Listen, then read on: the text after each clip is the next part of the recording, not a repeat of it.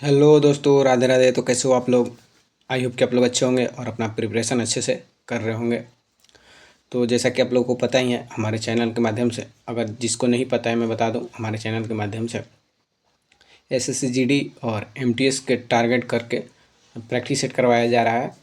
तो वैसे तो आप एसएससी की किसी भी एग्ज़ाम के लिए इस प्रैक्टिस सेट को देख सकते हैं या फिर रेलवे का भी देख सकते हैं, क्योंकि जिसमें भी जीके जीएस आता है और रेलवे और एसएससी का लगभग सिमिलर ही रहता है। तो आप लोग के लिए बेस्ट प्रैक्टिस सेट होने वाली है, क्योंकि इसका एक्सप्लेशन जो है आप लोग देखिएगा तो मतलब काफ़ी चीज़ें का उसमें रिवीजन हो जाता है और काफ़ी चीज़ें इसमें रखी जाती है। ठीक, जैसे कि एक क्वेश्चन से आप लोग काफ़ी चीज़ें रिवाइज कर पाते हैं।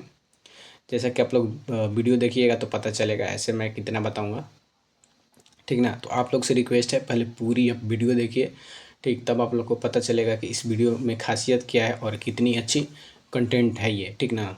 मैं और अभी तक आप हमारे चैनल को सब्सक्राइब नहीं किए तो सब्सक्राइब कर लें और बेल आइकन को भी प्रेस कर दीजिए, ताकि मेरी जब भी कोई वीडियो आए तो आप लोग को नोटिफिकेशन मिल जाए। तो चलिए ज़्यादा बात ना करते हुए हम लोग वीडियो पे आते हैं और क्वेश्चन करना स्टार्ट करते हैं। ठीक, तो इसमें टोटल 20 क्वेश्चन होने वाले हैं। ठीक, तो आप लोग अपना आंसर भी करिएगा और सभी चीज़ का रिवीजन करते चलिएगा। तो पहला क्वेश्चन है हम लोगों का, ऋग्वेद में पुरुष सूक्त, ऋग्वेद में पुरुष सूक्त जिसमें कि 4 वर्णों की उत्पत्ति का उल्लेख है। 4 वर्णों के, जो कि ऋग्वैदिक समाज को 4 वर्णों में बांटा गया था, उसका उल्लेख किस में है? किस मंडल में स्थित है, पूछ रहा है किस मंडल। 10 मंडल था ना, तो उसमें से किस मंडल में है? ऑप्शन ए है 7वां, ऑप्शन बी है 9वां और ऑप्शन सी है 10वां और ऑप्शन डी है 12वां। तो आप लोग अपना आंसर सोच लीजिएगा, ठीक। और उसके बाद इसका सही आंसर मैं बताऊंगा, तो इसका सही आंसर हो जाएगा सी, 10वें मंडल में पुरुष सूक्त यानी कि 4 वर्णों का उत्पत्ति का उल्लेख है। तो चलिए इससे संबंधित सारी चीज़ें को हम लोग देखते हैं। तो ऋग्वेद में कुल कितने मंडल हैं? तो 10 मंडल हैं, ठीक। और कुल 1028 सूक्त हैं, ठीक। 1028 क्या हैं? सूक्त हैं। और 10,580 10,580 ऋचाएँ यानी कि मंत्र, इसको मंत्र कहा जाता है। तो 10,580 ऋचाएँ हैं, ठीक। इस चीज़ को आप लोग ध्यान रखिएगा। 10 मंडल, 1028 सूक्त और 10,580 ऋचाएँ हैं। और जो ऋग्वेद का पाठ कराता है उस पुरोहित को होत्र कहा जाता है, ठीक। जो ऋग्वेद का पाठ कराता है उसको क्या कहा जाता है? होत्र कहा जाता है। और ऋग्वेद का उपवेद को आयुर्वेद कहा जाता है। ऋग्वेद के उपवेद को क्या कहते हैं हम लोग? आयुर्वेद कहा जाता है। और ऋग्वेद का ब्राह्मण ग्रंथ कौन है? तो अतर्य और कौशितकी, ठीक। अतर्य और कौशितकी ब्राह्मण ग्रंथ ऋग्वेद को समझने के लिए बनाया गया था। अतर्य और कौशितकी है ब्राह्मण ग्रंथ ऋग्वेद के, ये चीज़ भी आप लोग ध्यान रखिएगा। मंडल और उनके तथ्य, यानी कि मंडल में किस चीज़ का वर्णन है, उन चीज़ को हम लोग देखते हैं जो कि महत्वपूर्ण है। जैसे कि तीसरा मंडल में इसकी रचना विश्वामित्र ने की थी। इसमें प्रसिद्ध गायत्री मंत्र है जो सूर्य देवता सावित्री को समर्पित है। तो तीसरे मंडल किससे संबंधित है? तो गायत्री मंत्र से संबंधित है, जिसकी रचना विश्वामित्र ने की थी। जिसकी रचना किसने की थी? तो विश्वामित्र ने। और ये गायत्री मंत्र से संबंधित है। और ये गायत्री मंत्र किसको समर्पित है? तो सूर्य देवता सावित्री को समर्पित है। 7वां मंडल की बात करें तो इसमें 10 राज युद्ध यानी कि 10 राजाओं का युद्ध का वर्णन है, जो कि पुरुषनी नदी के तट पर लड़ा गया था। वर्तमान में इस नदी को रावी नदी के नाम से जाना जाता है। ऋग्वैदिक काल में इसको पुरुषनी नदी के नाम से जाना जाता था, के तट पर लड़ा गया था। ये चीज़ भी आप लोग ध्यान रखिए। 7वां मंडल में क्या है? तो 10 राज युद्ध का वर्णन है। तीसरा मंडल में गायत्री मंत्र का। और 9वां मंडल सोम देवता को समर्पित है। 9वां मंडल सोम देवता को समर्पित है, ये चीज़ ध्यान रखिएगा।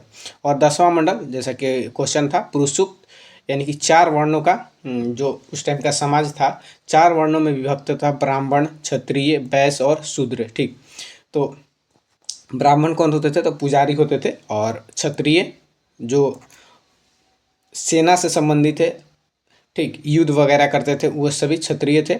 और वैश्य जो व्यापारी लोग को वैश्य कहा जाता था। व्यापारी लोग को क्या कहा जाता था? वैश्य कहा जाता। और शूद्र कौन थे? तो कारीगर को यानी कि काम करने वाले को शूद्र कहा गया है। तो ऋग्वैदिक समाज इन 4 वर्णों में बटा था। आई होप कि आप लोग सारी चीज़ें समझ गए होंगे, ठीक।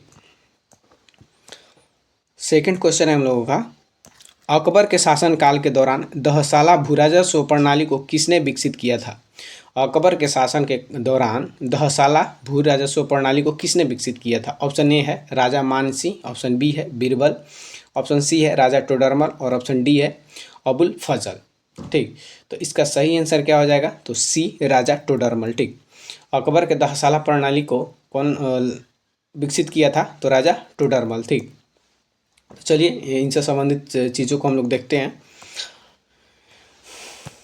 दहसाला प्रणाली 1580 में लाया गया था राजा टोडरमल द्वारा। ठीक, राजा टोडरमल द्वारा ये विकसित किया गया था भू राजस्व प्रणाली, जिसमें पिछले 10 वर्षों का औसत उपज के आधार पर लगान तय किया जाता था। यानी कि पिछले 10 वर्ष में जितना उपज हुआ है उसका औसत निकालकर उस पर भू राजस्व लगान लिया जाता था। ठीक, लगान लिया जाता था।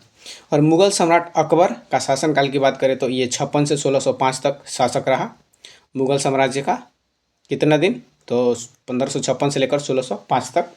और इसका राज्याभिषेक कब हुआ था? तो 1556 में कालानौर पंजाब में, मात्र 13 वर्ष की आयु में। ठीक, अशोक का राज्याभिषेक कब हुआ था? तो 1556 में कालानौर पंजाब में, मात्र 13 वर्ष की आयु में। और इसके संरक्षक कौन थे? तो बैरम खां। ठीक, संरक्षक का मतलब कि जब ये मुगल सम्राट बना था अकबर, उस टाइम तो ये बच्चा था, मतलब कि 13 साल के उम्र में ये क्या ही करता होगा। तो उन्हीं के संरक्षण में बैरम खां सारा चीज़ देख रेख करते थे। ठीक, तो ये अशोक के संरक्षक बैरम खां को कहा जाता है। ठीक, ये चीज़ आप लोग ध्यान रखिएगा।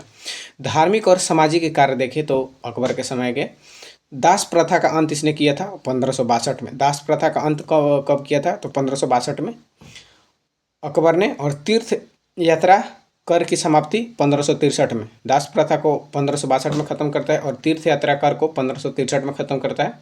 जजिया कर की समाप्ति 1564 में पुनः लागू नहीं किया गया है। इसको जजिया कर, सबसे पहले जजिया कर मोहम्मद बिन कासिम लागू किया था। ठीक, जजिया कर को मोहम्मद बिन कासिम भारत में का शुरुआत उसी ने किया था। तो इसको समाप्त कौन करता है? तो अकबर 1564 में। इबादत खाना 1575 में, इबादत खाना 1575 में अकबर द्वारा लाया जाता है। फतेहपुर सीकरी में धर्मों पर चर्चा के लिए प्रार्थना गृह। अच्छा, इबादत खाना एक गृह था, प्रार्थना गृह। ठीक, इसको स्थापना इसकी कब होती है? तो 1575 में फतेहपुर सीकरी में धर्मों पर चर्चा के लिए। ये किस लिए था? तो धर्मों पर चर्चा के लिए इसका स्थापना कहाँ पर किया गया था? तो फतेहपुर सीकरी में। ठीक, मजहर 1579 स्वयं को धार्मिक मामलों में अंतिम निर्णायक घोषित किया। स्वयं को धार्मिक मामलों में अंतिम घोषित किया। मजहर का मतलब होता है ये 1579 में घोषित हुआ था। इसमें अशोक स्वयं को धार्मिक मामलों में अंतिम निर्णायक घोषित किया था। ठीक, दीन ए इलाही धर्म का शुरुआत कब किया था? तो 1582 में। दीन ए इलाही धर्म का शुरुआत अकबर ने 1582 में किया था। यानी कि सभी धर्मों के सार वाला एक नया नैतिक कोड, इसे स्वीकार करने वाला एकमात्र हिंदू,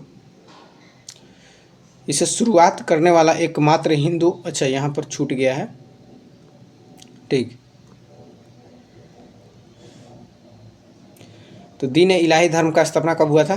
तो 1582 में। और इस धर्म के सार का एक नया नैतिक कोड था। अकबर के दरबार में 9 विशिष्ट व्यक्ति रहते थे। अकबर के दरबार में 9 विशिष्ट व्यक्ति, यानी कि इनको 9 रत्न कहा जाता था। ठीक, अकबर के दरबार में 9 रत्न रहते थे। वो कौन थे? चलिए उनको हम लोग देखते हैं। तो बीरबल। ठीक, यह प्रशासनिक और विदूषक थे, प्रशासक और विदूषक। बीरबल कौन थे अकबर के दरबार में? तो ये प्रशासक और विदूषक थे। अबुल फजल, यह एक इतिहासकार था। अबुल फजल एक इतिहासकार था और इसने अकबरनामा और आईने ए अकबरी की रचना की है। आईने ए अकबरी और अकबरनामा की रचना कौन किया है? तो अबुल फजल। तानसेन एक संगीतकार थे और इनका मूल नाम रामतनु पांडे था। तानसेन एक संगीतकार था और इनका मूल नाम रामतनु पांडे। टोडरमल एक वित्त मंत्री। टोडरमल क्या था? तो वित्त मंत्री। मानसिंह सेनापति था। मानसिंह कौन था? तो सेनापति था। अब्दुल रहीम खाना एक कवि था। अब्दुल रहीम खाने खाना एक कवि था।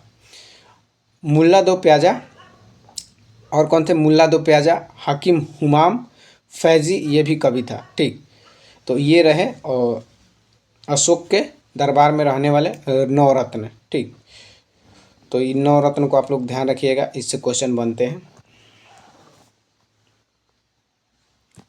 3 नंबर सवाल है, गांधी इरविन समझौते 1931 में मुख्य शर्त क्या रखी गई थी?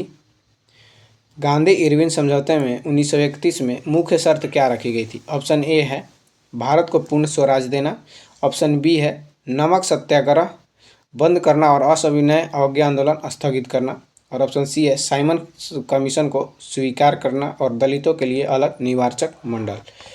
तो गांधी इरविन समझौता 1931 में जो हुआ था, तो गांधी जी के लिए शर्त रखी गई थी, वो था ऑप्शन बी नमक सत्याग्रह को बंद करना और सविनय अवज्ञा आंदोलन को स्थगित करना। गांधी जी को क्या शर्त रखा गया था? तो नमक सत्याग्रह को बंद करना और सविनय अवज्ञा आंदोलन को स्थगित करना। चलिए इनसे जुड़ी सारी चीज़ें को हम लोग देखते हैं। तो मुख्य शर्तें सरकार द्वारा जो मानी गई, जो गांधी इरविन समझौता में जो मुख्य शर्तें थी जो कि सरकार द्वारा मानी गई थी, वो क्या शर्तें थी? तो राजनीतिक कैदियों की रिहाई, उन सभी राजनीतिक कैदियों को छोड़ने पर सहमति बनी जिन पर हिंसा का आरोप नहीं था। तो सरकार के लिए ये शर्त रखी गई थी कि जो राजनीतिक कैदियों को कैद किया गया था, उनमें जिन पर हिंसा का मुकदमा नहीं था, उनको रिहा करने की शर्त रखी गई थी। उसके बाद नमक बनाने का अधिकार, यानी कि तटीय क्षेत्रों में रहने वाले लोगों को व्यक्तिगत उपयोग के लिए नमक बनाने की अनुमति दी गई थी। ठीक, इसका शर्त रखा गया तो सरकार मानी थी। और जब जब्त संपत्ति की वापसी, यानी कि सत्याग्रहियों की जब्त की गई संपत्ति को वापस करने का आश्वासन दिया गया। शांतिपूर्ण विरोध, शराब और विदेशी कपड़ों की दुकान पर शांतिपूर्ण धरने की अनुमति दी गई। ठीक, तो ये सभी सरकार द्वारा मानी गई शर्तें थी। ठीक, उसके बाद गांधी जी या कांग्रेस द्वारा मानी गई शर्तें। ठीक, कांग्रेस और गांधी जी कौन कौन शर्तें मानी थी? तो सविनय अवज्ञा आंदोलन को का स्थगन, गांधी जी ने आंदोलन को रोकने पर सहमति जताई। ठीक, तो सविनय अवज्ञा आंदोलन को स्थगित कर दिया था महात्मा गांधी जी ने। और गोलमेज सम्मेलन में भागीदारी, यानी कि कांग्रेस ने लंदन में होने वाले द्वितीय गोलमेज सम्मेलन में भाग लेने का निर्णय लिया। ठीक, कांग्रेस ने लंदन में होने वाले द्वितीय गोलमेज सम्मेलन में भाग लेने का निर्णय लिया। और ये क्या शर्त है? तो ब्रिटिश सामान का बहिष्कार बंद, तो ये ब्रिटिश सामान का बहिष्कार करना बंद करने का शर्त भी माना गया था।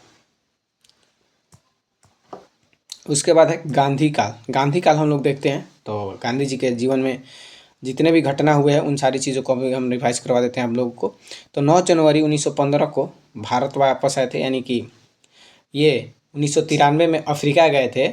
उसके बाद 9 जनवरी 1915 में ये भारत वापस आए, और इसी दिन क्या मनाया जाता है? तो प्रवासी दिवस मनाया जाता है। ये चीज़ भी आप लोग ध्यान रखिएगा, प्रवासी दिवस 9 जनवरी को इसी उपलक्ष्य में मनाया जाता है। 1916 में इन्होंने साबरमती आश्रम की स्थापना करते हैं। 1917 में चंपारण सत्याग्रह बिहार में तीन-कठिया प्रणाली के लिए। ठीक, तीन-कठिया प्रणाली जो कि ये 3/20 भाग पर नील की खेती के लिए ये इसके विरोध में चंपारण सत्याग्रह किए थे। और इनको बिहार आने के लिए आमंत्रण कौन दिया था? तो राजकुमार शुक्ल। और 1918 में ये अहमदाबाद मिल हड़ताल से संबंध मतलब करते हैं। 1918 में मिल मजदूरों के लिए, जो अहमदाबाद के मिल मजदूर थे, उनके लिए हड़ताल प्रदर्शन करते हैं। उसके बाद 1918 में खेड़ा सत्याग्रह, 1919 में रॉलेट एक्ट सत्याग्रह, रॉलेट एक्ट के विरुद्ध, 1920-22 में असहयोग आंदोलन, 1924 में बेलगाम अधिवेशन। कांग्रेस का एकमात्र अधिवेशन बेलगाम अधिवेशन में गांधी जी ने अध्यक्षता की थी। कब? तो 1924 में। 1930 में सविनय अवज्ञा आंदोलन और दांडी मार्च, 1930 में सविनय अवज्ञा आंदोलन और दांडी मार्च। 1931 में गांधी इरविन समझौता, 1931 में गांधी इरविन समझौता। उसके बाद 1932 में पूना पैक्ट, 1942 में भारत छोड़ो आंदोलन, और 30 जनवरी 1948 को दिल्ली के बिड़ला हाउस में नाथूराम गोडसे ने उनकी हत्या कर दी। 30 जनवरी 1948 को दिल्ली के बिरला हाउस में नाथूराम गोडसे ने उनकी हत्या कर दी थी। और महात्मा की उपाधि उनको रविंद्रनाथ टैगोर ने दी थी। महात्मा की उपाधि किसने दिया था? तो रविंद्रनाथ टैगोर ने। और राष्ट्रपिता की उपाधि सुभाष चंद्र बोस ने। और अर्धनग्न फकीर कौन कहा था? तो विंस्टन चर्चिल, और ये ब्रिटेन का प्रधानमंत्री था विंस्टन चर्चिल। और बापू का उपाधि जवाहरलाल नेहरू साबरमती के निवासियों द्वारा, जवाहरलाल नेहरू और साबरमती के निवासियों के द्वारा। तो ये सभी गांधी जी से रिलेटेड सारी चीज़ें का रिवीजन हो गया।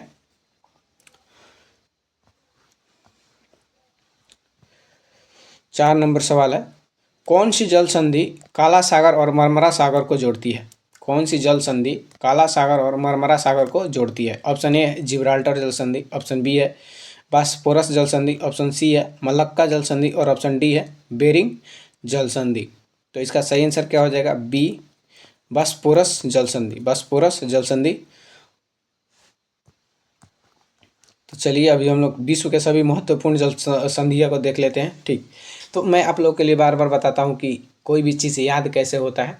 तो एक तो नॉर्मल से फंडा है कि आप लोग को बार बार पढ़ना होगा, तभी चीज़ें रिकॉल होती है और ध्यान रहती है। ठीक, और इस वीडियो में आप लोग को याद करना है तो कैसे याद करें? पहले जो भी चीज़ें आ रही है खुद से पढ़ें, खुद आंसर करें, और जो एक्सप्लेनेशन आ रहा है उसको खुद से पहले पढ़ें, वीडियो रोक के खुद से पढ़ें, उसके बाद मेरी बातें सुने, तब जाकर के दिमाग में बैठता है और याद होता है चीज़ें। ठीक, तो जल डमरू, और यहाँ पे क्या रहेगा? जल डमरू, और किसको जोड़ता है और कहाँ पर है? ठीक, तो मलक्का जल संधि, मलक्का जल संधि अंडमान सागर और दक्षिण चीन सागर को जोड़ता है। मलक्का जल संधि अंडमान सागर और दक्षिण चीन सागर को जोड़ता है। और ये कहाँ पर है? तो इंडोनेशिया और मलेशिया में, इंडोनेशिया और मलेशिया में। पाक जल संधि, पाक जल संधि मन्नार की खाड़ी और बंगाल की खाड़ी को जोड़ता है। ठीक, और भारत और श्रीलंका, अच्छा इधर जो लोकेशन दिया हुआ है ये अलग करने वाला है, यानी कि जो मलक्का जल संधि है इंडोनेशिया और मलेशिया को अलग करता है, वही पाक जल संधि भारत और श्रीलंका को अलग करता है, और मन्नार की खाड़ी और बंगाल की खाड़ी को जोड़ता है। ये चीज़ें यहाँ पर दी गई है। यहाँ पर जोड़ने की बात कर रहा है और यहाँ पे अलग करने की बात है। जिब्राल्टर जल संधि, यह इस भूमध्य सागर और अटलांटिक महासागर को जोड़ता है और स्पेन और मोरक्को को अलग करता है। ठीक, जिब्राल्टर जल संधि क्या करता है? तो भूमध्य सागर और अटलांटिक महासागर को जोड़ता है, स्पेन और मोरक्को को अलग करता है। उसके बाद है बेरिंग जल संधि, यह आर्कटिक महासागर और बेरिंग सागर को जोड़ता है और अलास्का और रूस को अलग करता है, अलास्का और रूस को अलग करता है बेरिंग जल संधि। हरमुज जल संधि, हरमुज जल संधि फारस की खाड़ी और ओमान की खाड़ी को जोड़ता है और ओमान ईरान को अलग करता है। हरमुज जल संधि फारस की खाड़ी और ओमान की खाड़ी को जोड़ता है और ओमान और ईरान को अलग करता है। बाब एल मंडब जल संधि, बाब अल मंडब जल संधि लाल सागर और अदन की खाड़ी को जोड़ता है और यमन और जिबूती को अलग करता है, यमन और जिबूती को अलग करता है। उसके बाद है बास्पोरस जल संधि, बास्पोरस जल संधि यह काला सागर और मरमरा सागर को जोड़ता है। बोस्पोरस जल संधि काला सागर और मरमरा सागर को जोड़ता है और ये कहाँ पर है? तो तुर्की इस्तांबुल में है। डेविस जल संधि यह बफिन की खाड़ी और अटलांटिक महासागर को जोड़ता है और ग्रीनलैंड और कनाडा को अलग करता है। डेविस जल संधि बफिन की खाड़ी और अटलांटिक महासागर को जोड़ता है और ग्रीनलैंड और कनाडा को अलग करता है। डोवर जल संधि इंग्लिश चैनल और उत्तरी सागर को जोड़ता है। डोवर जल संधि इंग्लिश चैनल और उत्तरी सागर को जोड़ता है और इंग्लैंड और फ्रांस को अलग करता है, इंग्लैंड और फ्रांस को अलग करता है। डोवर जल संधि इंग्लिश चैनल और उत्तरी सागर को जोड़ता है और इंग्लैंड फ्रांस को अलग करता है। उसके बाद मैगेलन जल संधि, मैगेलन जल संधि प्रशांत महासागर और अटलांटिक महासागर को जोड़ता है और यह चिली में है। मैगेलन जल संधि प्रशांत महासागर और अटलांटिक महासागर को जोड़ता है और कहाँ पर है ये? तो चिली में है। 5 नंबर सवाल है,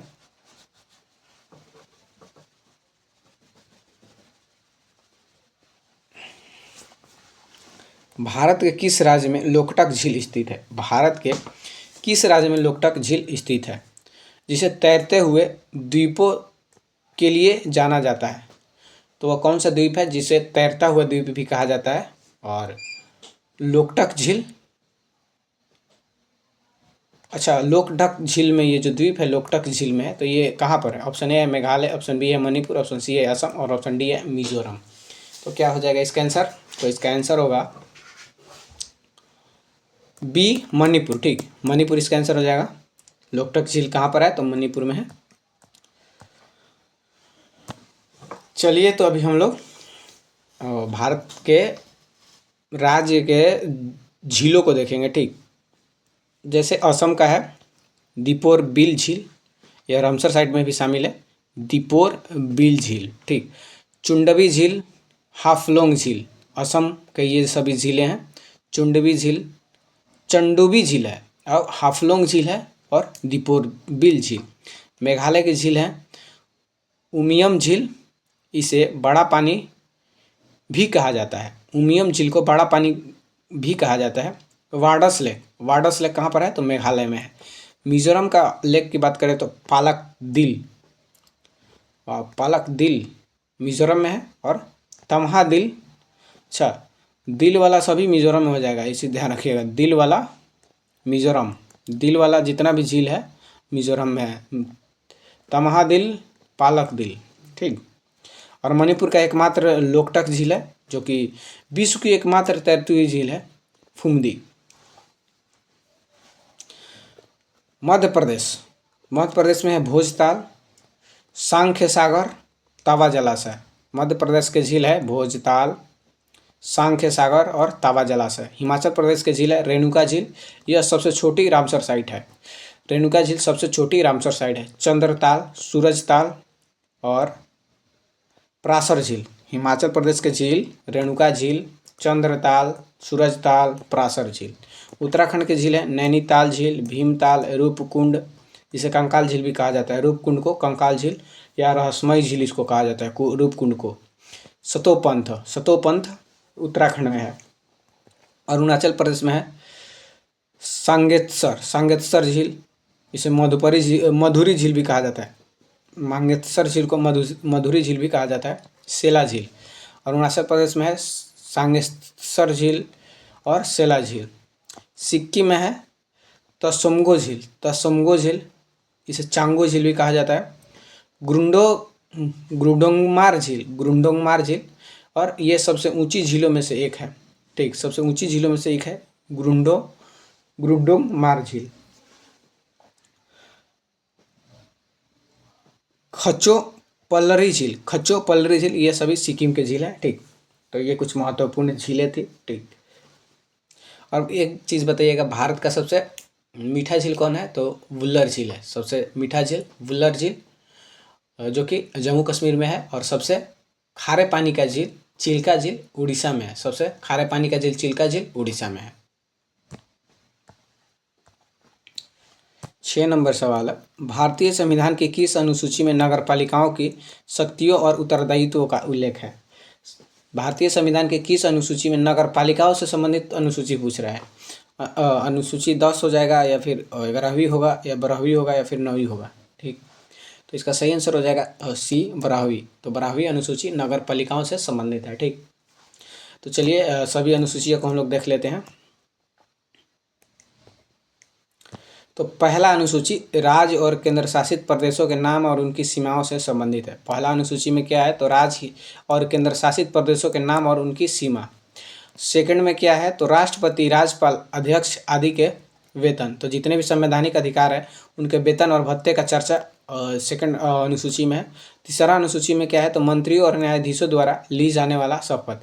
तो ये शपथ से संबंधित है तीसरा। और चौथा अनुसूची राज्यसभा में राज्यों और यूटी के लिए सीटों का आवंटन। राज्यसभा में राज्य और केंद्र शासित प्रदेश के सीटों का आवंटन से संबंधित है अनुसूची 4। अनुसूची 5 है अनुसूचित क्षेत्रों और जनजातियों का प्रशासन से संबंधित।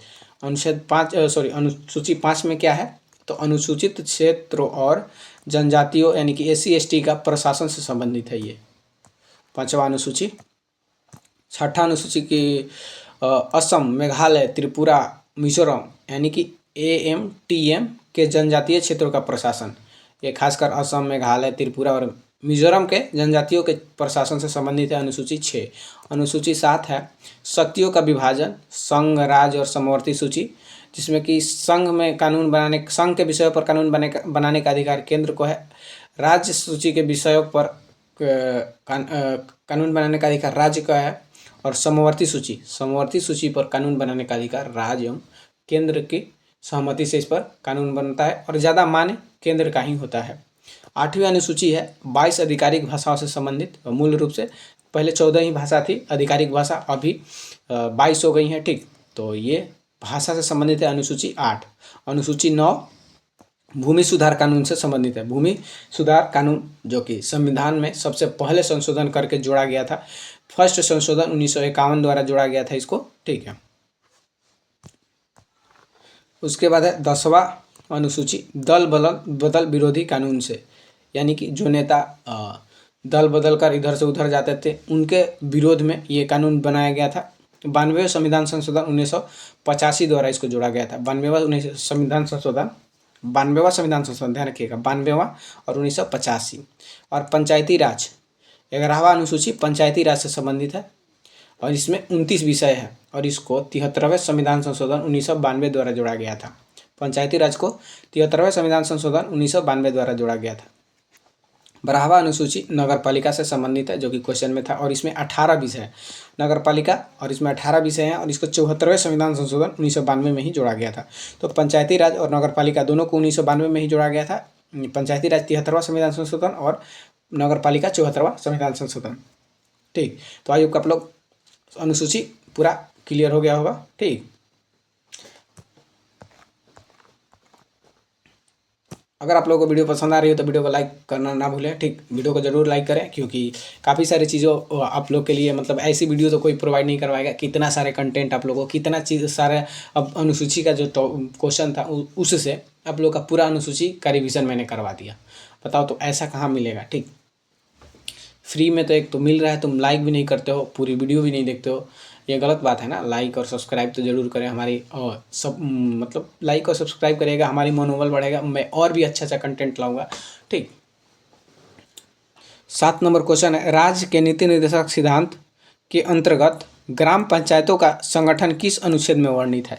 राज्य के नीति निर्देशक सिद्धांत यानी कि DPSP के अंतर्गत ग्राम के पंचायतों का संगठन किस अनुच्छेद में वर्णित है। तो ग्राम पंचायत से संबंधित अनुच्छेद कौन है। तो अनुच्छेद 38, अनुच्छेद 40, अनुच्छेद 44 और अनुच्छेद 50 इनमें से कौन सा हो जाएगा। तो इसका सही आंसर हो जाएगा B अनुच्छेद 40। ठीक, तो DPSP के अंतर्गत अनुच्छेद 40 में पंचायत का संगठन का प्रावधान किया गया है। ठीक, तो चलिए अभी हम लोग DPSP को देख लेते हैं।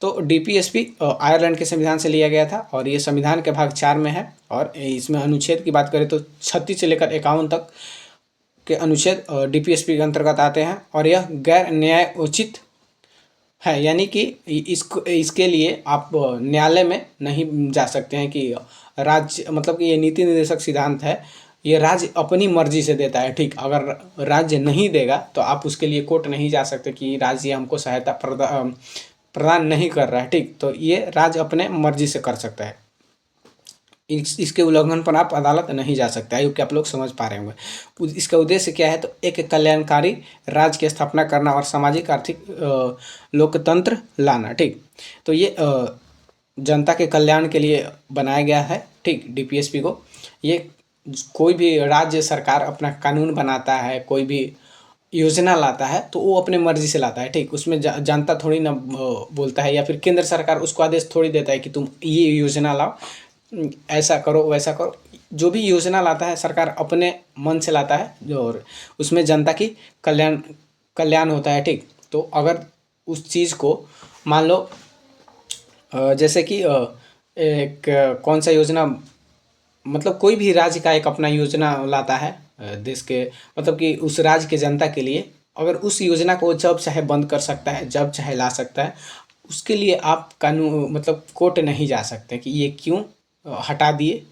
ठीक, तो राज्य अपने मन से ये सारी चीज़ें करता है। तो चलिए अभी अनुच्छेद हम लोग देख लेते हैं। अनुच्छेद 39 के ए ये समान न्याय और मुफ्त कानूनी सहायता की बात करता है। ठीक, अनुच्छेद 39 के ए समान न्याय और मुफ्त कानूनी सहायता का बात करता है। ये चीज़ काफ़ी इंपॉर्टेंट है, ये बार बार पूछा जाता है। अनुच्छेद 40 ग्राम पंचायतों के संगठन से संबंधित है और ये गांधीवादी सिद्धांत है। अनुच्छेद 44 समान नागरिक संहिता, ठीक, समान नागरिक संहिता से संबंधित है। अनुच्छेद 45 6 वर्षों से कम के आयु के बच्चों के लिए प्रारंभिक बाल्यावस्था देखभाल और शिक्षा से संबंधित है। अनुच्छेद 48 के पर्यावरण संरक्षण एवं वन जीव की रक्षा से संबंधित है। और अनुच्छेद 50 कार्यपालिका से न्यायपालिका का पृथक्करण से संबंधित है। तो ये जितने भी अनुच्छेद है ये काफ़ी इंपॉर्टेंट है, यही पूछे जाते हैं डीपीएसपी से, यही अनुच्छेद पूछे जाते हैं बार बार, ठीक है। और एक जो वो है कि क्या 37 अनुच्छेद 37 जो है वही कहता है कि आप इसके लिए कोर्ट नहीं जा सकते हैं, ठीक। आप डीपीएसपी के अंतर्गत अगर कोई भी कानून आता है, सरकार लाता है, अगर उसको बंद कर देगा तो आप उसके लिए कोर्ट नहीं जा सकते, अनुच्छेद 37 ही कहता है। अच्छा, एक 51 भी है। अनुच्छेद 51 में क्या है, तो अंतर्राष्ट्रीय शांति और सुरक्षा को बढ़ावा देना, ठीक। अंतर्राष्ट्रीय शांति और सुरक्षा को बढ़ावा देना ये हर नागरिक का मतलब फ़र्ज है, हर नागरिक के लिए क्या है, मौलिक कर्तव्य है, ठीक। नागरिक के लिए क्या है, मौलिक कर्तव्य है। तो ये राज्य की जिम्मेवारी बनती है कि अंतर्राष्ट्रीय शांति और सुरक्षा को बढ़ावा दे। 8 नंबर सवाल है, नगद आरक्षित अनुपात यानी कि CRR और वैधानिक तरलता अनुपात SLR किसके उपकरण है। नगद आरक्षित अनुपात CRR और वैधानिक तरलता अनुपात SLR किसके उपकरण है। ऑप्शन ए है राजकोषीय नीति, ऑप्शन बी है मौद्रिक नीति, ऑप्शन सी है औद्योगिक नीति और ऑप्शन डी है व्यापार नीति।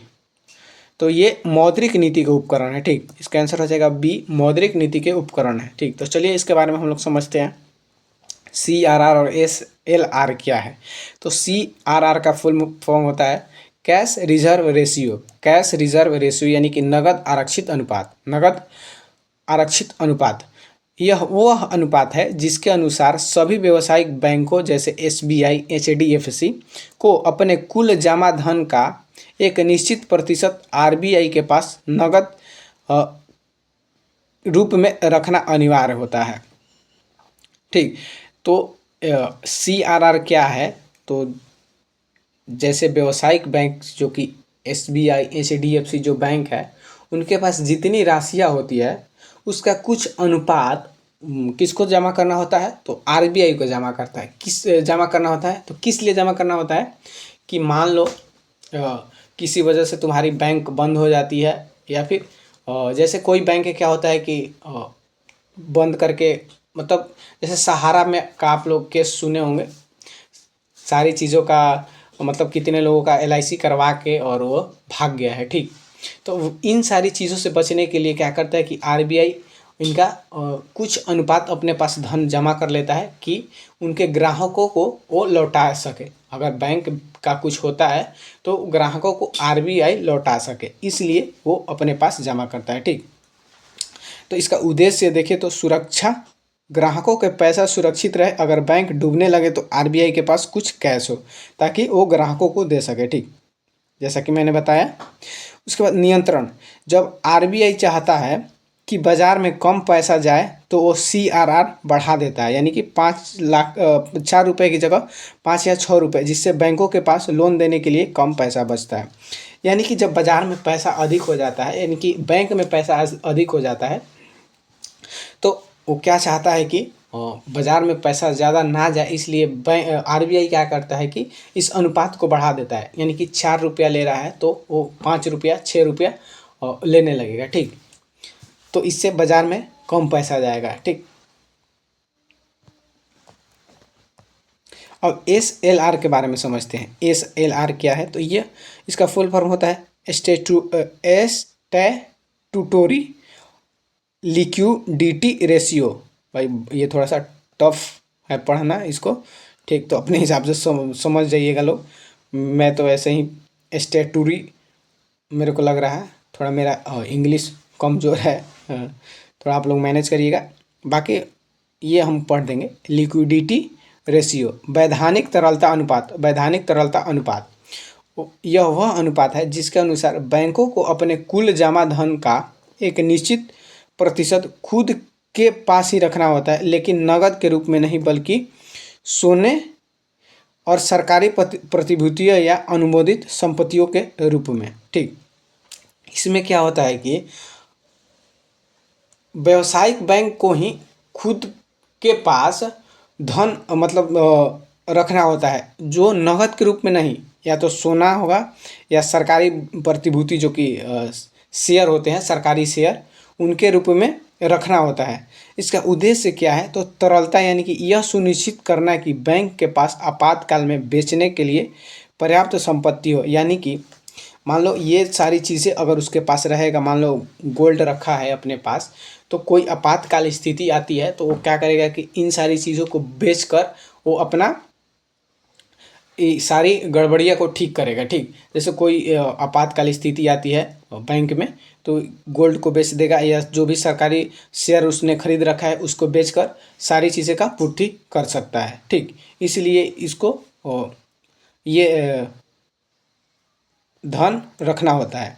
और सरकारी वित्त पोषण, यानी कि बैंकों को सरकारी बॉन्ड खरीदने पड़ते हैं, जिससे सरकार को देश के विकास के लिए भी पैसा मिलता है। और सरकारी प्रतिभूतियाँ, यानी कि सरकारी शेयर खरीदने से देश का भी फायदा होता है। ठीक, तो ये सारी चीज़ें हैं। CRR और SLR आप लोग समझ गए होंगे। और एक आसान भाषा में आप लोग समझिएगा कि RBI को वाणिज्य बैंक क्या करता है कि जब पैसा देता है तो उसको CRR कहा जाएगा। RBI को वाणिज्य बैंक अपने धन का कुछ अनुपात देगा, वो CRR है। लेकिन अपने ही पास जो धन रखेगा वो नगद के रूप में नहीं, सोना या फिर सरकारी शेयर, जिसे सरकारी प्रतिभूतियाँ कहते हैं, उस रूप में अपने पास रखता है, उसको SLR कहा जाएगा। ठीक, तो ये आसान भाषा में हो गया। अब RBI के बारे में हम लोग जान लेते हैं। ठीक, RBI की स्थापना, सारी चीज़ें। तो स्थापना इसका हुआ था 1 अप्रैल 1935 को। ठीक, और reserve bank of India act 1934 के तहत, रिजर्व बैंक ऑफ इंडिया 1934 के तहत 1 अप्रैल 1935 का इसका स्थापना हुआ था। और इसकी राष्ट्रीयकरण हुआ था 1 जनवरी 1949 को। राष्ट्रीयकरण कब हुआ था? तो 1 जनवरी 1949 को। और इसके प्रथम गवर्नर सर ओसबर्न स्मिथ थे, प्रथम गवर्नर। और प्रथम भारतीय गवर्नर CD देशमुख। प्रथम भारतीय गवर्नर कौन था? तो CD देशमुख। और वर्तमान का गवर्नर संजय मल्होत्रा। वर्तमान गवर्नर RBI के कौन है? तो संजय मल्होत्रा। RBI के मुख्य कार्य बताएं तो मौद्रिक नीति बनाना और लागू करना, जैसे कि अभी क्वेश्चन में था SLR CRR, ये सारी चीज़ें RBI करता है। और मुद्रा जारी करना, 1 रुपये के नोट को छोड़कर बाकी मुद्रा सभी RBI ही जारी करता है। 1 रुपये कहाँ से जारी होता है? तो वित्त मंत्रालय से जारी होता है। ये चीज़ भी आप लोग ध्यान रखिएगा। बाकी सभी मुद्रा RBI जारी करता है। बैंकों का बैंक RBI को कहा जाता है।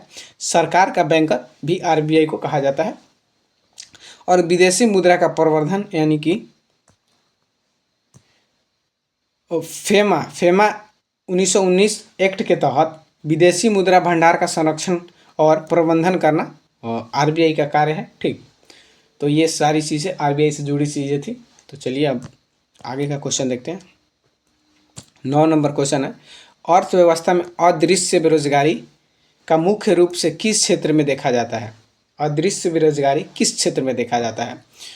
तो आप लोग अर्थशास्त्र में बेरोजगारी का टाइप पढ़े होंगे। ठीक, तो कई प्रकार के बेरोजगारी होते हैं, तो इसका बताइए आप लोग क्या होगा। ऑप्शन ए है निर्माण, ऑप्शन बी है कृषि, ऑप्शन सी है सेवा क्षेत्र, और ऑप्शन डी है बैंकिंग क्षेत्र। अदृश्य बेरोजगारी का मतलब होता है कि कोई काम में एक आदमी का जरूरत है लेकिन 2 आदमी कर रहा है, तो उसको क्या होगा कि अदृश्य बेरोजगारी उसको कहा जाएगा। ठीक, एक ही आदमी का जरूरत है वहाँ पर, लेकिन 2 आदमी कर रहा है, मजबूरन उसको करना पड़ रहा है। तो ये इसका आंसर हो जाएगा बी कृषि। कृषि क्षेत्र में अदृश्य बेरोजगारी पाई जाती है। तो ये कैसे होगा, चलिए इसको समझते हैं। प्रच्छन्न या अदृश्य बेरोजगारी, जब किसी काम में ज़रूरत से ज़्यादा लोग लगे हों, जैसा कि मैंने बताया एक ही काम है लेकिन 2 लोग लगे हैं, तो उसको क्या कहा जाएगा? अदृश्य बेरोजगारी। इसमें व्यक्ति की सीमांत उत्पादकता शून्य होती है। सीमांत उत्पादकता क्या होती है? शून्य होती है। और टाइप देखते हैं बेरोजगारी के, तो मौसमी बेरोजगारी। तो मौसमी बेरोजगारी कैसा है? तो जब लोगों को साल के कुछ महीने ही काम मिलता है। ठीक, साल के कुछ महीने ही काम मिलता है, जैसे कि खेती में बुआई और कटाई के समय, जैसे जो भी में काम करने वाले मजदूर होते हैं, तो बुआई के समय उनको कार्य मिलता है और कटाई के समय मिलता है, और बाकी पूरे साल बेरोजगार रहते हैं, तो इसको मौसमी बेरोजगारी कहा जाएगा। ठीक। संरचनात्मक बेरोजगारी। संरचनात्मक बेरोजगारी क्या है? तो जब बाजार में उपलब्ध नौकरियों के लिए जरूरी हुनर यानी कि स्किल युवाओं के पास नहीं होता है, यानी कि मांग कुछ और है और युवाओं की डिग्री कुछ और है, यानी कि तकनीकी बदलाव। इसका एग्जाम्पल क्या है? तकनीकी बदलाव। तो इसमें क्या होता है कि मान लो जब ऐसे एक टाइपराइटर होता था पहले, ठीक, टाइपराइटर टाइप करने वाला, और अब आ गया कंप्यूटर। ठीक, कंप्यूटर आ गया, तो ये टाइपराइटर का काम खत्म हो गया। ठीक, तो अब कंप्यूटर पे काम होने लगे, तो कंप्यूटर का ये टाइपराइटर का तो जो टाइप राइटिंग करते थे उनको कंप्यूटर का नॉलेज नहीं है। ठीक, तो तकनीकी बदलाव के कारण क्या होता है कि इन लोगों का रोजगार चला गया। तो इस प्रकार के बेरोजगारी को क्या कहते हैं? तो संरचनात्मक बेरोजगारी कहते हैं। ठीक, उसके बाद है घर्षणात्मक या फिर प्रतिरोधात्मक बेरोजगारी। ये क्या होता है? तो यह तब होती है जब कोई व्यक्ति एक नौकरी छोड़कर दूसरी नौकरी की तलाश कर रहा होता है, जैसा कि अभी फिलहाल में हो रहा है। कितने सारे मतलब विद्यार्थी हैं कि एक नौकरी ले लेते हैं अपना सिक्योर की, मतलब कि एक नौकरी मिल गया, फिर अब अच्छे के तलाश में लग जाते हैं कि ये नौकरी मिल जाए वो नौकरी मिल जाए, लेकिन एक नौकरी अपना कर लेते हैं फिक्स। तो ये चीज़ जो है घर्षणात्मक और प्रतिरोधात्मक बेरोजगारी है। तो आई होप कि आप लोग बेरोजगारी के सारे टाइप को समझ गए होंगे। 10 नंबर सवाल है, ब्राइट रोग मानव शरीर के किस अंग को प्रभावित करता है? ब्राइट रोग जो है मानव शरीर के किस अंग को प्रभावित करता है? ऑप्शन ए है हृदय, ऑप्शन बी है यकृत, ऑप्शन बी है सी है ब्रिक या जिसे कि किडनी, और ऑप्शन डी है तिल्ली। तो इसका सही आंसर क्या हो जाएगा? तो इसका सही आंसर हो जाएगा सी, किडनी। तो ब्राइट रोग किडनी से संबंधित है। चलिए इसके बारे में जानते हैं। तो यह मुख्य रूप से किडनी को प्रभावित करता है। इसका नाम ब्रिटिश चिकित्सक रिचर्ड ब्राइट के नाम पर रखा गया है। इसकी खोज कौन किए थे? तो रिचर्ड ब्राइट्स ने किए थे, इसलिए इन्हीं के नाम पर रखा गया ब्राइट्स। ठीक, जिन्होंने 1827 में पहली बार इसके लक्षण का वर्णन किया था। ठीक, 1827 में। अब हम लोग देखेंगे कुछ रोग और उनसे संबंधित अंग और किसके कारण होता है वो चीज़ देखेंगे। जैसे पीलिया है, यह यकृत को प्रभावित करता है। पीलिया क्या करता है? यकृत को प्रभावित करता है, और यह हेपेटाइटिस वायरस से होता है। हेपेटाइटिस वायरस से होता है। मिनी माता, यह तंत्रिका तंत्र को प्रभावित करता है, और यह पारा प्रदूषण से होता है। ठीक, पारा के कारण होता है यह मिनी माता। इटाई रोग हड्डियों और जोड़ों को प्रभावित करता है, और यह कैडमियम के कारण होता है। कैडमियम के कारण होता है। रेबीज, यह तंत्रिका तंत्र को प्रभावित करता है, और यह रेबीज वायरस यानी कि कुत्तों को काटने से होता है। कुत्ते के काटने से रेबीज होता है, और यह तंत्रिका तंत्र को प्रभावित करता है। उसके बाद है कालाजार, यह अस्थि मज्जा बोन मैरो को प्रभावित करता है। अस्थि मज्जा यानी कि बोन मैरो को प्रभावित करता है, और यह लिस्मेनिया जिसे कि बालू मक्खी कहा जाता है, इसके कारण इसके काटने से होता है कालाजार। रतौंधी, विटामिन ए की कमी से आंखों का रोग है। बेरी विटामिन B1 की कमी से तंत्रिका तंत्र प्रभावित होता है। स्कर्वी, विटामिन सी के कमी से मसूड़ों में प्रॉब्लम होती है। रिकेटस, विटामिन डी की कमी से, यह हड्डियों से संबंधित बीमारी है रिकेटस। 11 नंबर सवाल है, निम्नलिखित में से कौन सा अम्ल चींटी के डंक में पाया जाता है? निम्नलिखित में से कौन सा अम्ल चींटी के डंक में पाया जाता है? ऑप्शन ए है साइट्रिक अम्ल, ऑप्शन बी है मेथनोइक अम्ल या फिर फॉर्मिक अम्ल, ऑप्शन सी है ऑक्सैलिक अम्ल, और ऑप्शन डी है एसिटिक अम्ल। तो इसका सही आंसर हो जाएगा बी, मेथनोइक अम्ल। ठीक, मेथनोइक अम्ल। चलिए अभी हम लोग देख लेते हैं कुछ अम्ल और उसके स्रोत। तो साइट्रिक अम्ल, यह नींबू और संतरा यानी कि खट्टे फल में पाया जाता है। साइट्रिक अम्ल कहाँ पर? तो नींबू संतरे खट्टे फल में पाया जाता है। एसिटिक अम्ल सिरका में। एसिटिक अम्ल कहाँ होता है? तो सिरका में। फॉर्मिक अम्ल चींटी के डंक और बिच्छू के डंक में पाया जाता है। फॉर्मिक अम्ल जिसे मेथनोइक अम्ल भी कहा जाता है। लैक्टिक अम्ल, यह दूध दही और खट्टा दूध में पाया जाता है। दही और खट्टा दूध में पाया जाता है लैक्टिक अम्ल। टार्टिक अम्ल इमली, अंगूर और कच्चा आम में पाया जाता है। टार्ट्रिक अम्ल इमली, अंगूर और कच्चा आम में पाया जाता है। टार्टिक अम्ल। ऑक्ज़ैलिक अम्ल टमाटर और पालक में। ऑक्ज़ैलिक अम्ल टमाटर और पालक में। मौलिक अम्ल सेब में। मौलिक अम्ल सेब में पाया जाता है। इसके बाद है स्कर्बिक अम्ल। स्कर्बिक अम्ल आंवला और यह विटामिन सी का स्रोत है। आंवला विटामिन सी का स्रोत है। इसमें स्कर्बिक अम्ल पाया जाता है। टैनिक अम्ल चाय में। टैनिक अम्ल कहाँ होता है? तो चाय में होता है। ग्लूटामिक अम्ल गेहूं में होता है। ग्लूटामिक अम्ल कहाँ होता है? तो गेहूं में होता है। ब्यूटायरिक अम्ल सड़ा हुआ मक्खन में पाया जाता है। ब्यूटारिक अम्ल सड़ा हुआ मक्खन में। ब्यूटारिक अम्ल सड़ा हुआ मक्खन में। 12 नंबर सवाल है, प्रकाश वर्ष किसका मात्रक है? प्रकाश वर्ष किसका मात्रक है? ऑप्शन ए है समय का, ऑप्शन बी है प्रकाश की तीव्रता का, ऑप्शन सी है दूरी का और ऑप्शन डी है द्रव्यमान का। तो प्रकाश वर्ष आयोग के आप लोगों को पता होगा यह दूरी का मात्रक है। ठीक, प्रकाश वर्ष दूरी का सबसे बड़ा मात्रक है। ठीक, चलिए अब मात्रक देख लेते हैं। तो मौलिक मात्रक जिसे मूल मात्रक कहा जाता है, तो सब मूल मात्रक नहीं है, कुछ ही हैं। जैसे तापमान है, तापमान का जो मात्रक होता है केल्विन होता है। तापमान को केल्विन में मापा जाता है। विद्युत धारा को एम्पियर में मापा जाता है। ज्योति तीव्रता को कैंडेला में मापा जाता है। पदार्थ की मात्रा को मोल में मापा जाता है। ठीक, तो ज्योति तीव्रता कैंडेला, पदार्थ की मात्रा मोल, विद्युत धारा एम्पियर, तापमान केल्विन। बल न्यूटन। बल का सही मात्रा क्या होगा? तो न्यूटन। दाब का पास्कल, शक्ति का वाट, कार्य या जूल, कार्य या ऊर्जा का जूल, कार्य या ऊर्जा का जूल होता है। आवृत्ति का हर्ट्ज, आवृत्ति का क्या हो जाएगा? हर्ट्ज। विद्युत धारा का, विद्युत प्रतिरोध का ओम, विद्युत प्रतिरोध का ओम। एक बार और रिवीजन कर लें। तापमान केल्विन, विद्युत धारा एम्पियर, ज्योति तीव्रता कैंडेला, पदार्थ की मात्रा मोल, बल न्यूटन, दाब पास्कल, शक्ति वाट, कार्य ऊर्जा जूल, आवृत्ति हर्ट्ज, विद्युत प्रतिरोध ओम। प्रेरकत्व हेनरी, चुंबकीय फ्लक्स वेबर। प्रेरकत्व हेनरी और चुंबकीय फ्लक्स वेबर। तो ये महत्वपूर्ण राशियाँ और उनके मात्रक थे, तो इसको देख लीजिएगा ध्यान से। एक भी नहीं छूटेगा भाई, एक भी नहीं, सारा चीज़ का रिवीजन होगा। बस आप लोग वीडियो में बने रहें, ऐसा कंटेंट कहीं नहीं मिलेगा। 13 नंबर सवाल है, प्रसिद्ध उपन्यास ट्रेन टू पाकिस्तान के लेखक कौन है? ट्रेन टू पाकिस्तान, काफ़ी ये मतलब इम्पोर्टेंट सवाल है ये। बार बार ट्रेन टू पाकिस्तान, ये लगभग याद ही रहना चाहिए। तो ये ऑप्शन ए है विक्रम सेठ, ऑप्शन बी है खुशवंत सिंह, ऑप्शन सी है अनीता देसाई और ऑप्शन डी है R.K. नारायणन। तो इसका सही आंसर क्या हो जाएगा? तो इसका सही आंसर हो जाएगा B, Khushwant Singh. Train to Pakistan के लेखक कौन है? तो खुशवंत सिंह। चलिए अब कुछ पुस्तक और उनके लेखक देख लेते हैं। ए सूटेबल वाई के लेखक Vikram Seth. A suitable Y के लेखक कौन है? तो विक्रम सेठ।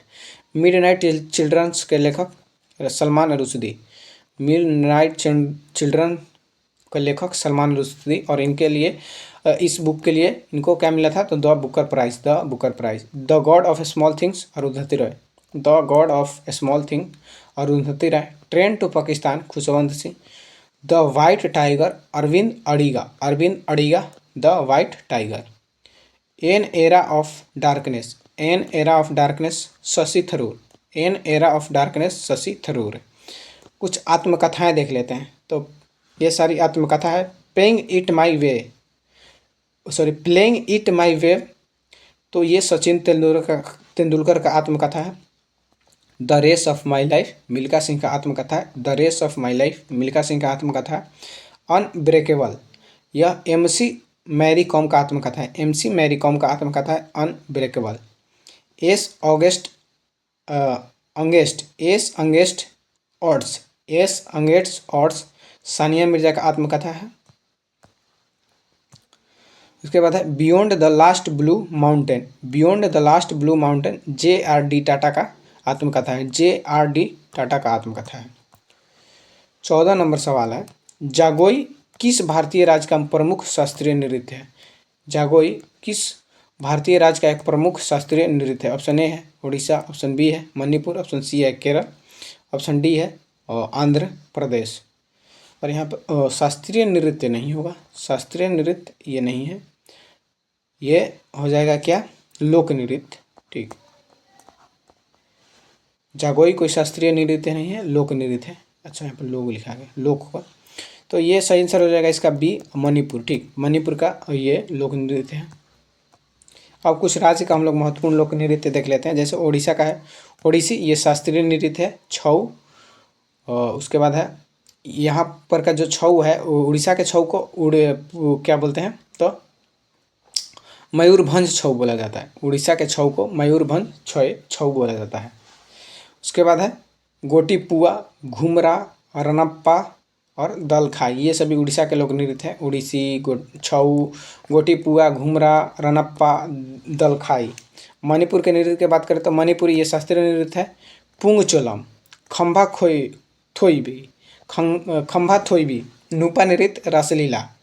रासलीला यहाँ का है, रासलीला तो उत्तर प्रदेश का है, शायद यहाँ पर भी होता होगा। वैसे यहाँ पर नहीं होना चाहिए, लेकिन उत्तर प्रदेश कहाँ है, मणिपुर कहाँ है, ये गलत है। मणिपुर का हो जाएगा मणिपुरी, पुंगचोलम, खम्बा थोईबी, नूपा नृत्य। नागालैंड का हो जाएगा मुआत्सु, चाय नृत्य, बांस नृत्य और रेंगमा। उसके बाद और है तियानगलो, ये सभी नागालैंड का है। उसके बाद केरल का कथकली, ये शास्त्रीय नृत्य है। मोहिनी अट्टम भी शास्त्रीय नृत्य है केरल का। ओट्टम थुलाल, थियम, चक्यार कुथु, ये सभी केरल का लोक नृत्य है। तमिलनाडु का है भरतनाट्यम, ये शास्त्रीय नृत्य है। तमिलनाडु का भरतनाट्यम शास्त्रीय नृत्य है। करगाम, कावड़ी अट्टम, कोलट्टम, कुमी, मलिये अट्टम, ये सभी तमिलनाडु के हैं। आंध्र प्रदेश का है कुचिपुड़ी, ये शास्त्रीय नृत्य है। बिलासिनी नाट्यम, इसके बाद है वीर नाट्यम, धमसा, कोल्लाट्टम, बुट्टा बोमलू, ये सभी आंध्र प्रदेश के हैं। तो आप लोग इसको 1-2 बार पढ़ लीजिए, याद हो जाएगा। 15 नंबर सवाल है, भारत रत्न पाने वाले पहले संगीतकार कौन थे? भारत रत्न पाने वाले पहले संगीतकार कौन थे? ऑप्शन ए है पंडित रविशंकर, ऑप्शन बी है एम.एस. सुब्बुलक्ष्मी, ऑप्शन सी है बिस्मिल्लाह खां और ऑप्शन डी है लता मंगेशकर। तो इसका सही आंसर क्या होगा? तो इसका सही आंसर हो जाएगा बी, एम.एस. सुब्बुलक्ष्मी।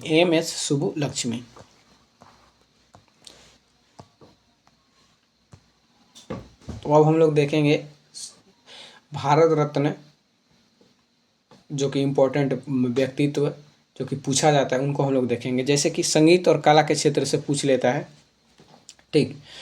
तो एम.एस. सुब्बुलक्ष्मी कला के क्षेत्र में सबसे पहले इनको मिला था, एम.एस. सुब्बुलक्ष्मी को 1998 में, और भारत पाने वाले पहले संगीतकार थे।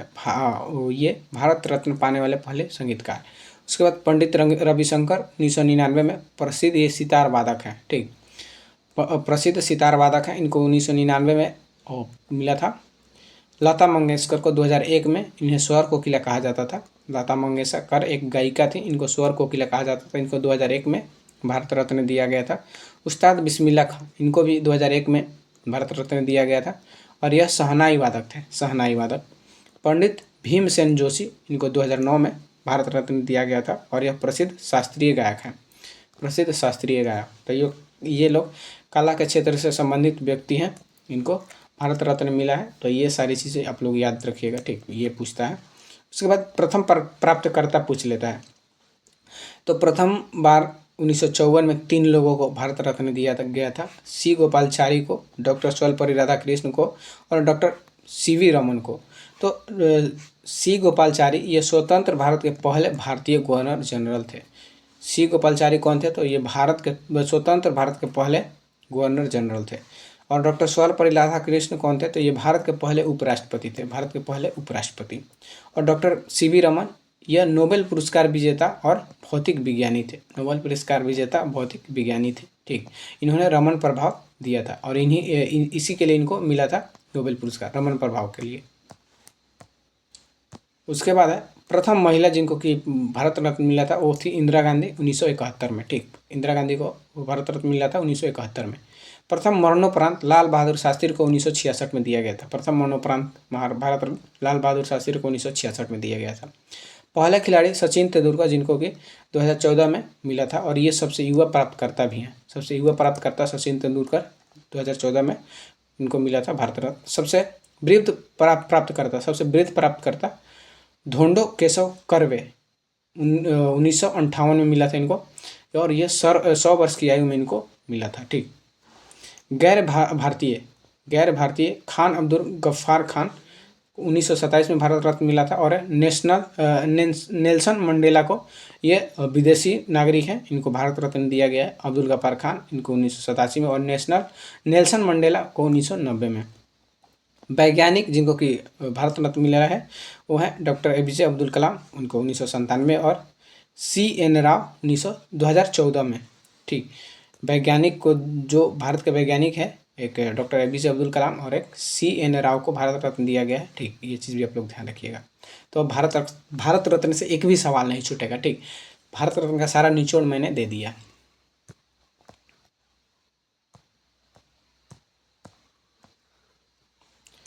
सोलह नंबर सवाल है, चोलों के समय नगरम किस प्रकार का प्रशासनिक इकाई थी? चोलों के समय नगरम किस प्रकार की प्रशासनिक इकाई थी? ऑप्शन ए है कृषि ग्राम, ऑप्शन बी है व्यापारियों का संघ, ऑप्शन सी है सैन्य परिवार, और ऑप्शन डी है मंदिर प्रशासन। तो ये का सही आंसर हो जाएगा बी, व्यापारियों का संघ। नगरम को व्यापारियों का संघ का ये इकाई था। ठीक, व्यापारियों का संघ का इकाई था नरगम। चलिए अब इस चीज़ को समझते हैं। नगरम यह मुख्य रूप से व्यापारियों और शिल्पकारों की सभा थी, जो व्यापारिक केंद्रों का प्रशासन देखती थी। ठीक, व्यापारिक केंद्रों का प्रशासन देखती थी। उर, चोल साम्राज्य में उर का मतलब क्या था? तो यह सामान्य ग्रामीण परिषद थी। उर क्या था? तो सामान्य ग्रामीण परिषद। सभा या महासभा, यह केवल ब्राह्मणों को उपहार में दिए गए गांव अग्रहार के विद्वान ब्राह्मणों की सभा थी। सभा या महासभा में केवल ब्राह्मण रहते थे। मंडलम यह साम्राज्य की सबसे बड़ी इकाई थी। मंडलम चोल साम्राज्य की सबसे बड़ी इकाई थी। कदमाई है, यह चोल काल में भू राजस्व का नाम था। भू राजस्व का नाम था कदमाई। चोल साम्राज्य का पुनर्स्थापना 850 ईस्वी में विजयालय ने की थी, और उसने तंजौर को राजधानी बनाया था। और राज चोल प्रथम, जिनका शासनकाल था 985 से 1410, और यह सबसे महान शासकों में से एक था। उसने श्रीलंका के उत्तरी भाग को जीता और तंजौर में प्रसिद्ध बृहदेश्वर मंदिर, राजा राजेश्वर की मंदिर भी कहा जाता है, का निर्माण करवाया था, और यह यूनेस्को में भी शामिल किया गया है। और यह गंगैकोंड की उपाधि धारण की और गंगैकोंड चोलपुरम नामक नई राजधानी बसाई। कौन? तो राजा चोल प्रथम ने। यह सारी कार्य उन्होंने किया था। तो ये तंजौर में क्या बनाया? प्रसिद्ध बृहदेश्वर मंदिर, जिसे राजा राजेश्वर का मंदिर भी कहा जाता है, और गंगैकोंड चोलपुरम को नई राजधानी बनाया। कम्बन द्वारा रचित रामोतारम इसी काल का देन है। कम्बन द्वारा रचित रामोतारम यानी कि तमिल रामायण ये इसी काल का देन है, और ये कम्बन द्वारा रचना की गई है इसकी। 17 नंबर सवाल है, कोबालामिन किस विटामिन का वैज्ञानिक नाम है? कोबालामिन किस विटामिन का वैज्ञानिक नाम है? ऑप्शन ए है vitamin B6, vitamin B6, option B है विटामिन B12, ऑप्शन सी है विटामिन B2, और ऑप्शन डी है विटामिन B9। तो इसका सही आंसर अपना सोच लो। तो इसका सही आंसर हो जाएगा बी, विटामिन B12। चलो पूरा विटामिन का निचोड़ देखते हैं। तो जल में घुलनशील विटामिन कौन है? तो विटामिन बी और सी। ठीक, तो बी कॉम्प्लेक्स सभी देख लेते हैं। तो B1 को थायमिन कहा जाता है, रासायनिक नाम थायमिन है। B1 का रासायनिक नाम थायमिन, B2 का रासायनिक नाम राइबोफ्लोविन, B3 का नियासिन, B5 का पैंटोथेनिक अम्ल, B6 का पायरिडोक्सिन, B7 का बायोटिन, B9 का फोलिक अम्ल, और B12 का साइनोकोबालामिन। B7 को विटामिन H भी कहा जाता है। फिर से एक बार, B1 thiamine, B2 riboflavin, B3 niacin, B5 pantothenic टोथेनिक, B6, pyridoxine, B7, biotin, B9, folic अम्ल और B12 साइनोकोबालामीन। और इसमें कोबाल्ट धातु पाई जाती है। और विटामिन सी का नाम है अस्कर्बिक अम्ल। विटामिन सी का अस्कर्बिक अम्ल है। और वसा में घुलनशील विटामिन कौन कौन है? तो विटामिन ए, डी, ई, के। विटामिन ए, ई, डी, के। विटामिन ए का रेटिनॉल, विटामिन डी का कैल्सीफेरॉल, विटामिन ई का रासायनिक नाम टोकोफेरॉल और विटामिन की का phylloquinone. Vitamin A retinol, vitamin D calciferol, vitamin E tocopherol, vitamin के फिलोक्विनोन।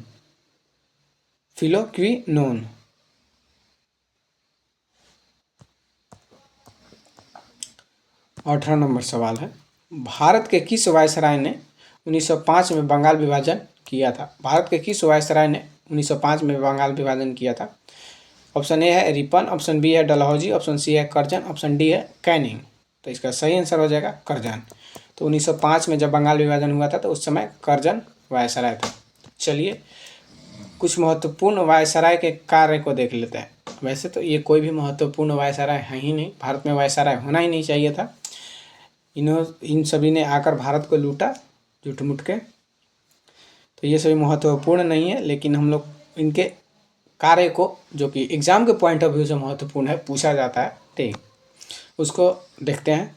तो कैनिंग के समय में क्या क्या हुआ था? तो यह पहला वायसराय था और इसके समय में 1857 का विद्रोह हुआ और व्यापकगत सिद्धांत समाप्त किया गया। व्यापकगत सिद्धांत कैनिंग के काल में, यानी कि कैनिंग ने ही समाप्त किया था और ये प्रथम वायसराय था और इसके समय में 1857 का विद्रोह हुआ था। मेओ का काल था 1869 से 72 और इसके काल में पहली बार जनगणना 1872 में की गई थी। और इसकी हत्या कहाँ पर हुआ था? तो अंडमान में एक कैदी ने की थी। अंडमान जहाँ पर कि काला पानी का जेल था, उसी में ये घूमने गया था, वहीं पे इसका टपका दिया एक कैदी ने। लीटन का कार्यकाल कितना था? तो 76 से 80, ठीक, 76 से 80। और यह दमन कार्यनीति के लिए प्रसिद्ध था। दमन कार्यनीति के लिए प्रसिद्ध था और इसने वर्नाक्यूलर प्रेस एक्ट 1878 में लागू किया था ताकि भारतीय अखबारों पर रोक लगाया जा सके, ठीक। रिपन का कार्यकाल था 1880 से 84 और यह भारत का सबसे लोकप्रिय वायसराय था और इसे स्थानीय स्वशासन का जनक माना जाता है। स्थानीय स्वशासन का जनक कहा जाता है रिपन को। और इसने प्रेस एक्ट को रद्द कर दिया और नियमित जनगणना 1981 में इसी के काल में करवाया गया था, ठीक। नियमित जनगणना 1981 में। भारत में सबसे पहले जनगणना 1871 में मेयो के काल में और नियमित जनगणना 1881 में रिपन के काल में, ठीक। उसके बाद है डफरिन। डफरिन जिसका शासन रहता है 1884 से 88 तक और इसके समय 1885 में भारतीय राष्ट्रीय कांग्रेस की स्थापना हुई थी, ठीक। भारतीय राष्ट्रीय कांग्रेस की स्थापना इसी के समय में हुई थी, डफरिन के समय में।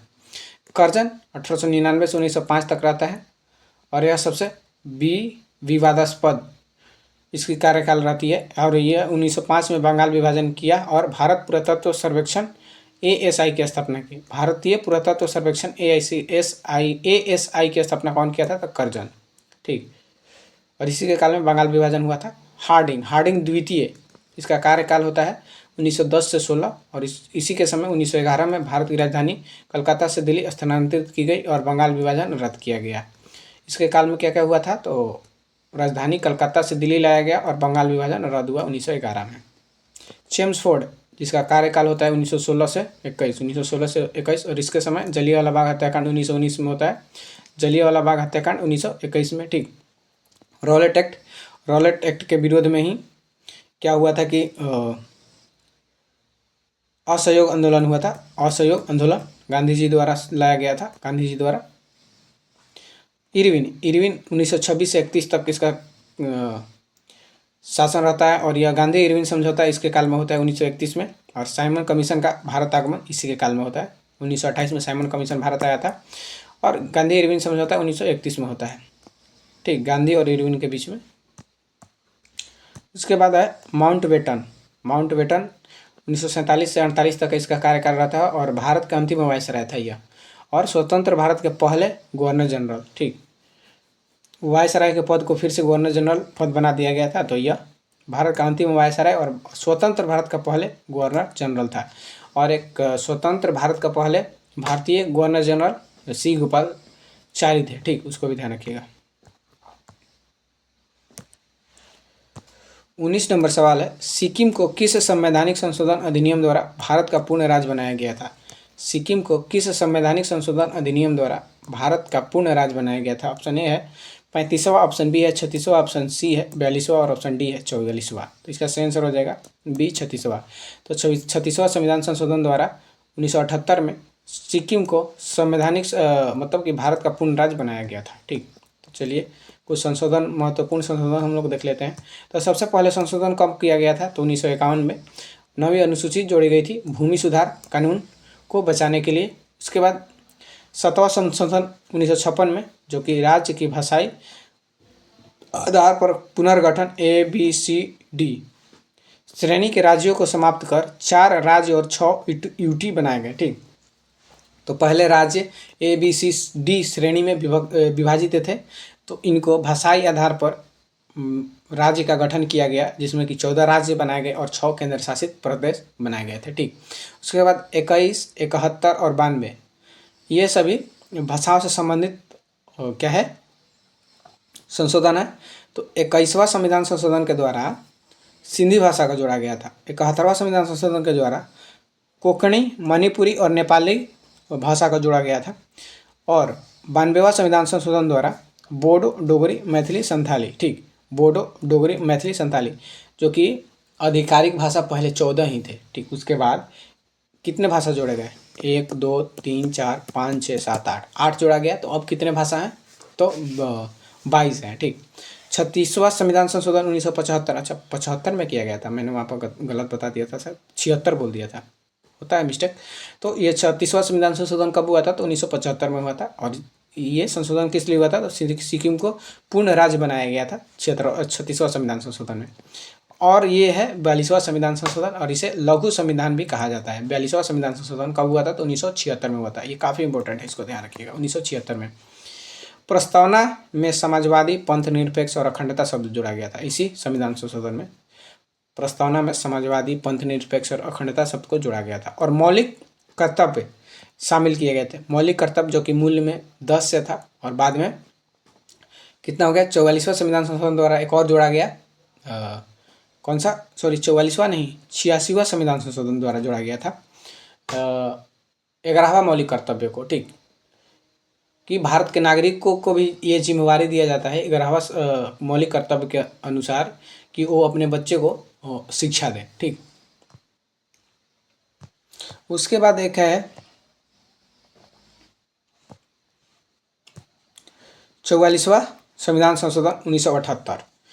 इसमें संपत्ति के अधिकार को मौलिक अधिकार से हटाकर कानूनी का अधिकार बना दिया गया, और इसको आर्टिकल 300 के ए में जोड़ा गया। ठीक, 44वां संविधान संशोधन में क्या हुआ? तो संपत्ति का जो अधिकार था, जिसमें कि ये संपत्ति का अधिकार को मौलिक अधिकार से हटाकर क्या किया गया? तो कानूनी का अधिकार बनाया गया। ठीक, और इसको 300 आर्टिकल 300 के ए में जोड़ा गया। 92वां संविधान संशोधन 285, यह 10वीं अनुसूची को जोड़ी गई, और ये 10वीं अनुसूची किससे संबंधित है? तो दल बदल विरोधी कानून से संबंधित है। 61वां संविधान संशोधन कब किया गया था? तो 1989 में। 1989 में 61वां संविधान संशोधन, और यह क्या था? तो मतदान की आयु 21 वर्ष से घटाकर 18 वर्ष की गई। मतदान की आयु क्या किया गया? तो 21 वर्ष से घटाकर 18 वर्ष की गई। 73वां और 74वां संविधान संशोधन जो कि 1992 में हुआ था, जिसमें 73वां में पंचायती राज जोड़ा गया था 11वीं अनुसूची में, और 74वां में नगरपालिका को जोड़ा गया था 12वीं अनुसूची में। ठीक, उसके बाद है 86वां संविधान संशोधन 2002 में, ये भी इम्पोर्टेंट है। शिक्षा का अधिकार आर्टिकल 21 के ए को मौलिक अधिकार बनाया गया, और 6 से 14 वर्ष के बच्चों के लिए ये शिक्षा का अधिकार है। 6 से 14 वर्ष के बच्चों के लिए मुफ्त में शिक्षा सरकार द्वारा प्रदान की जाएगी। 101वां संविधान संशोधन 2016 में, 101वां संविधान संशोधन 2016, ये GST से संबंधित है। ठीक, GST जोड़ा गया था इसी 101वां संविधान संशोधन द्वारा। तो ये सभी महत्वपूर्ण संशोधन थे जो कि हम लोग देख लिए। अब लास्ट क्वेश्चन 20 नंबर है, एजरा कप किस खेल से संबंधित है? एजरा कप किस खेल से संबंधित है? ऑप्शन ए है गोल्फ, ऑप्शन बी है पोलो, ऑप्शन सी है फुटबॉल, और ऑप्शन डी है टेनिस। तो इसका आंसर आप लोगों को कमेंट में बताना है। ठीक, इसका आंसर आप लोगों को कमेंट में बताना है। तो हम लोग का वीडियो यहीं पे समाप्त होता है। अगर आप लोगों को वीडियो पसंद आई हो तो वीडियो को लाइक ज़रूर लाइक करें, और चैनल को तो सब्सक्राइब करना ना ही भूलें, क्योंकि मैं इस प्रैक्टिस सेट को लगभग 30 प्रैक्टिस सेट करवाऊँगा। ठीक, अगर आप इस 30 प्रैक्टिस सेट कर लीजिएगा तो एसएससी का किसी भी एग्ज़ाम को आप लोग किसी भी एग्ज़ाम में जीके जीएस एक भी प्रश्न नहीं छूटेंगे। ठीक, तो मेरे चैनल को सब्सक्राइब कर ले और अपना प्रिपरेशन को मजबूत बनाएं, और अपने दोस्तों के साथ भी शेयर कर दें, ताकि वैसे तो आप लोग अपने दोस्तों के साथ शेयर नहीं करना चाहते होंगे कि उसका भी स्ट्रांग हो जाएगा।